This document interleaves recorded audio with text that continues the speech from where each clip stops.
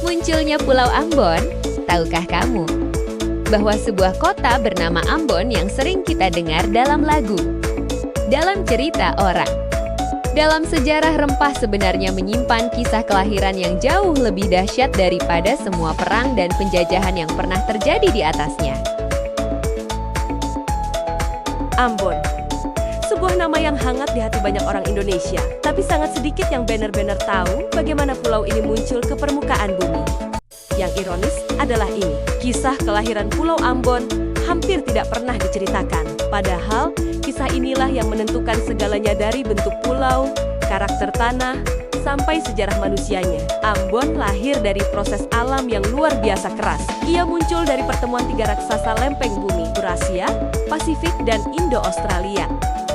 Prosesnya bukan sekadar gesekan kecil, tapi sebuah pergolakan yang oleh ahli geologi disebut menghasilkan energi melebihi seluruh senjata nuklir yang pernah dibuat manusia.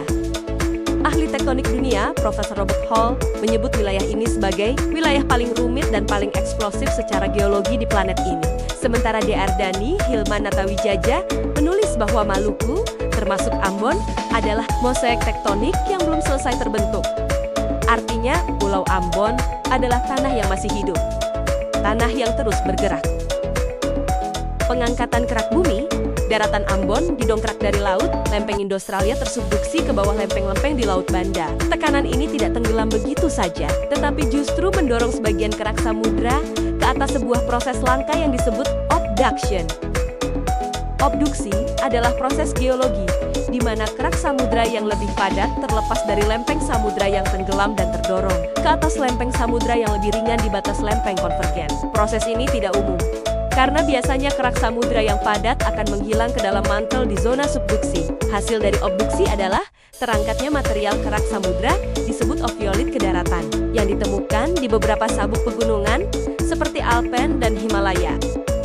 Menurut Hall, proses ini menyebabkan daratan Ambon dan Seram naik secara episodik, naik, berhenti, lalu naik lagi seiring pergeseran banda air sea. Dr. Hilman memperkuat bahwa Ambon berada di zona Bekar thrusting, tempat tekanan tektonik mendorong lapisan bumi secara cepat ke permukaan. Inilah sebabnya daratan Ambon tampak seperti tanah yang ditarik naik dari kedalaman laut. Tebing-tebing curam, lereng patahan, dan bentuk pulau yang memanjang adalah jejak dari pengangkatan besar ini. Bahkan fenomena yang sering membuat orang heran adalah adanya penemuan fosil kerang, batu karang, dan benda-benda laut di wilayah pegunungan, termasuk daerah sekitar pegunungan Stin Batu Merah Ambon.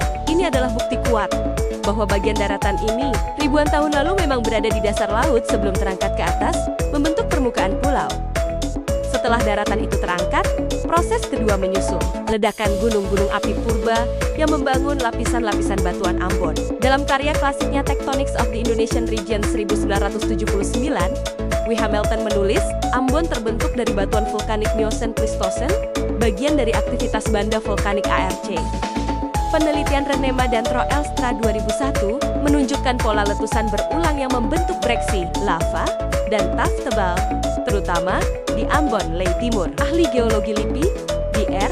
Haryadi Permana, menegaskan bahwa formasi Ambon adalah hasil endapan vulkanik kuno yang menumpuk selama fase aktif busur magma banda. Ini menjelaskan mengapa Ambon subur, mengapa tanahnya berbatu vulkanik, dan mengapa bentuk pulaunya sangat khas seperti punggung gunung yang sebagian tenggelam ke laut.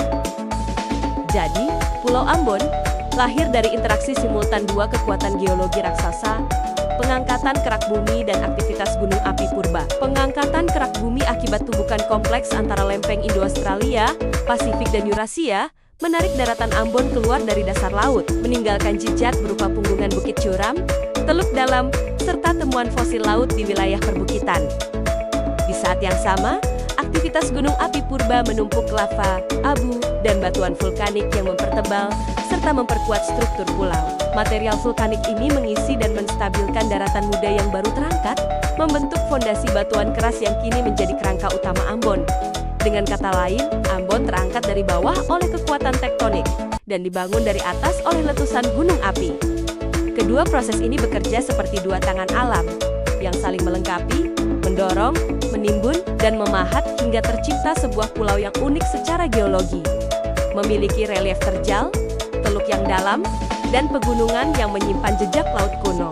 Pulau Ambon hari ini adalah hasil dari perjalanan jutaan tahun, tempat di mana dasar laut, letusan vulkanik, dan gerakan lempeng bumi menyatu menjadi satu daratan yang menjadi rumah bagi peradaban Maluku.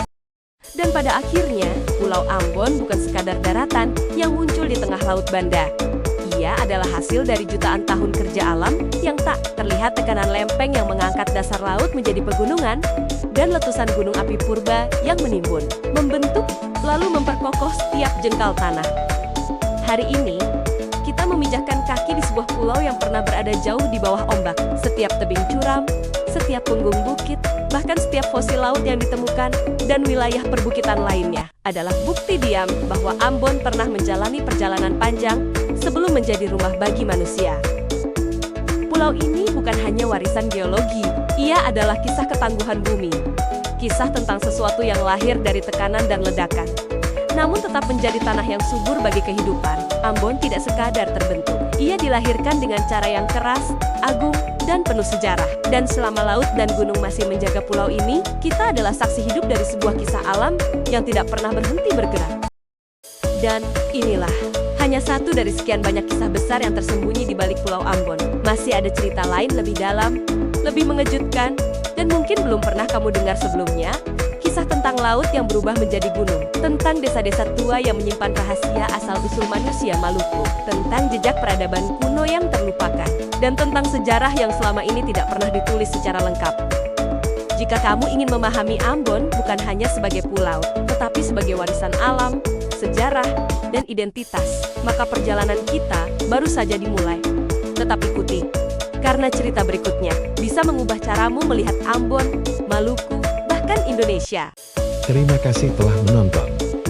Jangan lupa ikuti terus story ini, Amatu.